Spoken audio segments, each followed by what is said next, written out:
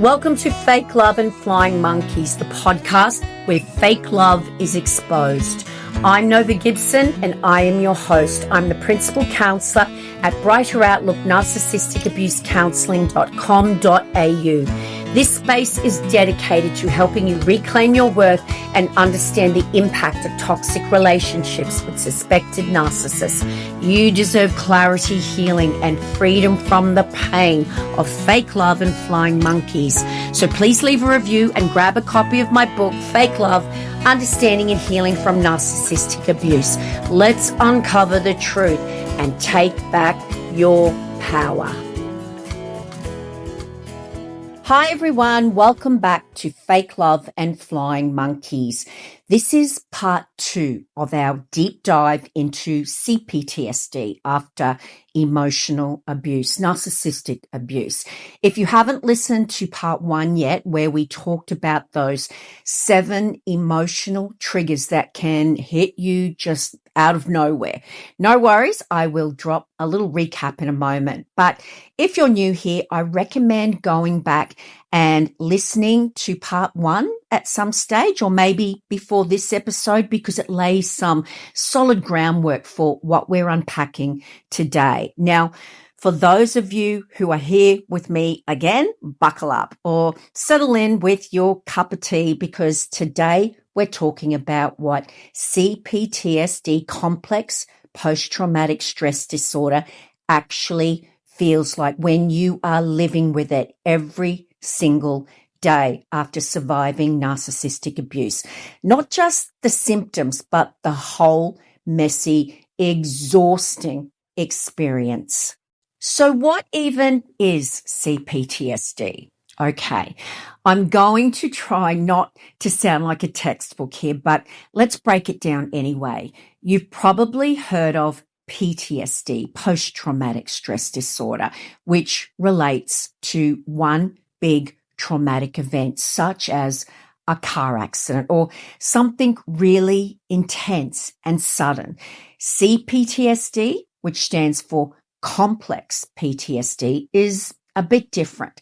It's what happens when you go through trauma that isn't a one-off event, but it stretches out over a long period of time, like months or even years of emotional abuse, gaslighting, manipulation, or all the stuff we know narcissists are experts at. Think of it like this. If PTSD is like one big punch to the gut, CPTSD is more like this slow drip that eventually wears you down, kind of like a leaky tap. You didn't notice at first, but then it's driving you crazy because it just won't stop.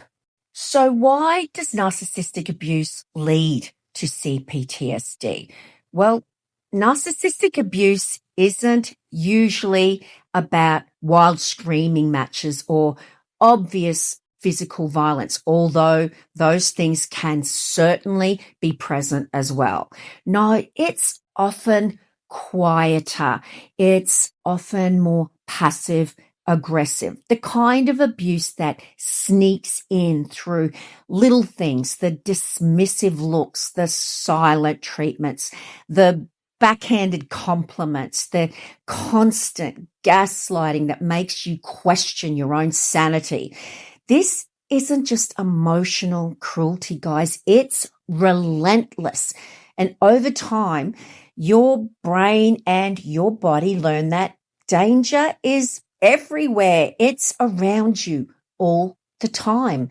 So your nervous system gets stuck in what I like to call survival mode. It is constantly scanning, waiting for the next blow, even when you're out of the relationship, which means your body still thinks you're in danger, even if your brain knows that you're safe. Now, if you're anything like my beautiful clients who come to see me in their narcissistic abuse recovery, then you might be nodding your head right now going, yes, that sounds like me.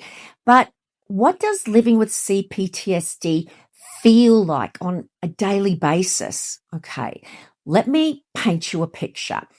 You might find yourself jumping at the slightest loud noise, like your brain goes, whoa, danger, when really it's just your cat knocking over a glass. Or maybe you're texting a friend and they reply with a simple, okay, and suddenly your mind's spinning.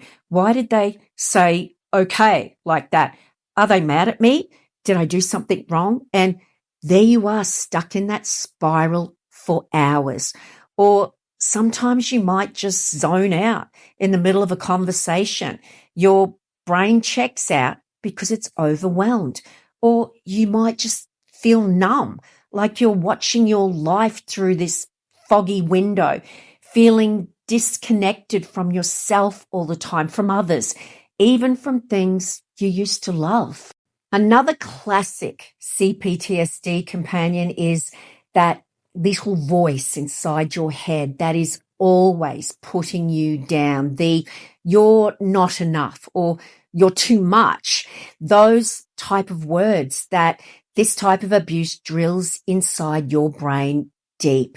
It's relentless. As I said earlier, you might catch yourself apologizing for things that are not your fault, like, sorry, I'm a mess, or sorry for being so sensitive, or sorry for taking up space. And I get it, guys. That is survival. When you spend years walking on eggshells, you learn to shrink yourself just to avoid conflict. But that inner critic, it is a total bully, like your abuser. Exactly like your abuser. And the first step towards healing is recognizing that it's not you, it's trauma talking. When you have CPTSD, healing feels like a roller coaster. You might have days where you feel on top of the world, confident, clear, and even hopeful. And then, bam, a small thing happens and you feel like you're right back in the thick of it, like the trauma never left. And that's normal. Healing from CPTSD isn't a straight line. It's more like that roller coaster or the merry-go-round you just can't seem to get off. Sometimes you're climbing and sometimes you're dropping. Sometimes you're just hanging there, terrified and holding on for dear life. So guys, be kind to yourself on the down days. It doesn't mean you're failing. It means you're human. Now, if you've already listened to part 1, you'll remember the examples of very common triggers that victims have associated with their CPTSD. But here's a couple of new ones. So imagine you're at a work meeting and someone raises their voice, not yelling, just firm, but your heart rate jumps and your palms get sweaty. You try to focus, but all you can think is something like, am I about to get fired? Did I mess up? Meanwhile, the people around you have no idea you're having this mini panic attack because your nervous system thinks it's back in the abuse. Or maybe you're scrolling through social media one night and you see this post that reminds you of your ex, something subtle, like the same phrase they used to say. Suddenly, your mood crashes and you're hit with waves of sadness or anger that feel totally out of proportion. It's like your brain hit a tripwire you didn't even know was there. Now let's take a quick look at what's actually going on in your brain and your body when you're experiencing CPTSD. Well, your nervous system has basically been on high alert for so long. It doesn't know how to switch off. The part of your brain that processes safety, the prefrontal cortex, it's called, is overwhelmed, while the parts that handle survival instincts, like the amygdala, are stuck in overdrive. That means you get stuck in fight, flight, or freeze, or sometimes all three for way longer than you need to. And your body might be responding to these situations by holding on to all of that tension with things like tight muscles, headaches, digestive issues are really common issues, as are insomnia and even grinding your teeth. All of these things can happen to you even when the danger's long gone. So how do you start healing from this? What a great question. And guys, I won't pretend it's easy or quick, but it is possible. First step, learning to listen to your body, not pushing through the discomfort or the shame, but gently noticing what your body's telling you. Maybe it's tension in your shoulders or a racing heart when you're in crowds. Second, grounding techniques, things like deep breathing, feeling your feet on the floor or holding on to something solid. These simple tools help remind your brain, hey, we're okay now. We're out of that danger zone. You don't have to be hypervigilant anymore. Third, setting boundaries. This can be terrifying. If you're used to always giving in, but boundaries are just something that you've never been good at, well, you've got to start practicing them, even when it feels bad to begin with, when you feel guilty for not giving in to everyone else's demands. Saying no is not selfish, it's self-care. And finally, find safe people to talk to, whether that's a trauma-informed counselor, a support group, or a trusted friend who gets it. Healing happens best when you're not doing it alone. Now, I know this stuff is heavy, guys, but here's the thing. Your nervous system actually wants to heal. So as frustrating as it is when your brain acts like a drama queen over a burnt toast, perhaps, or a slow text reply, remember, it's trying its best. It actually kept you safe when you were smack bang in the middle of the trauma zone by keeping you on your toes, keeping you hypervigilant, on alert to danger.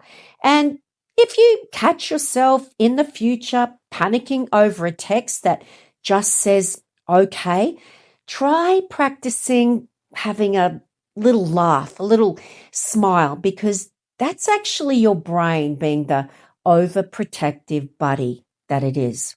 So in ending, guys, if you're sitting there thinking, wow, that's me, that's my life, you're not alone and you're not broken.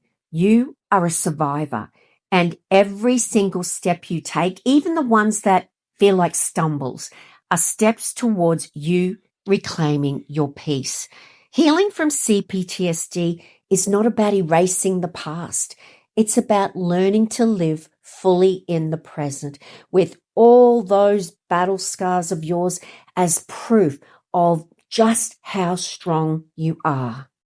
And that brings us to the end of another Fake Love and Flying Monkeys episode. Thanks for hanging out with me today, guys, and letting me share this with you.